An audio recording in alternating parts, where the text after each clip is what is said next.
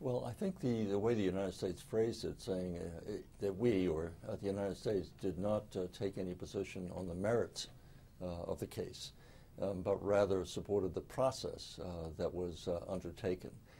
Under the UN Law of the Sea Convention, China is a signatory to that, and the process has been set up that the United States agrees with. Ironically, we have signed the treaty.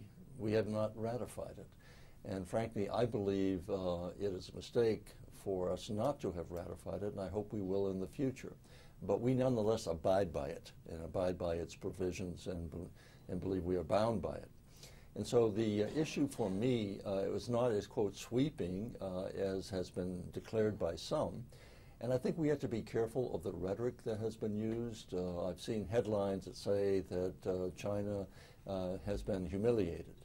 It hasn't been humiliated. This is a legal issue which has been decided.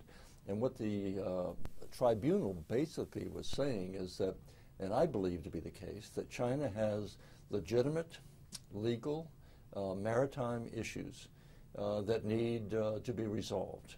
They should be resolved according to international law, and that it cannot simply declare this is mine and that become the law as such. So either altering facts on the ground or in the water do not change the law itself. So I think that we should step back and not get overly passionate about it and accept it for what it is, that China has legitimate claims, Philippines have claims, other countries have claims. They need to be resolved according to established international law. And my hope is that let some time pass. I think to date the Chinese have acted with restraint, and I'm hoping that will continue. And I don't want to see the Philippines or the United States in any way try to take advantage by belittling China in any way. What we're saying is there are rules that should be followed. There are legal claims that China has and a maritime expertise that it has that needs to be laid out in a professional, legalistic way before a body that is entitled to make judgments. That's what I think the decision really represents. And you talked about U.S. belittling China in South China Sea issues. Some arguments had it that it was the U.S. Pursuing this lawsuit with the Philippines as a surrogate.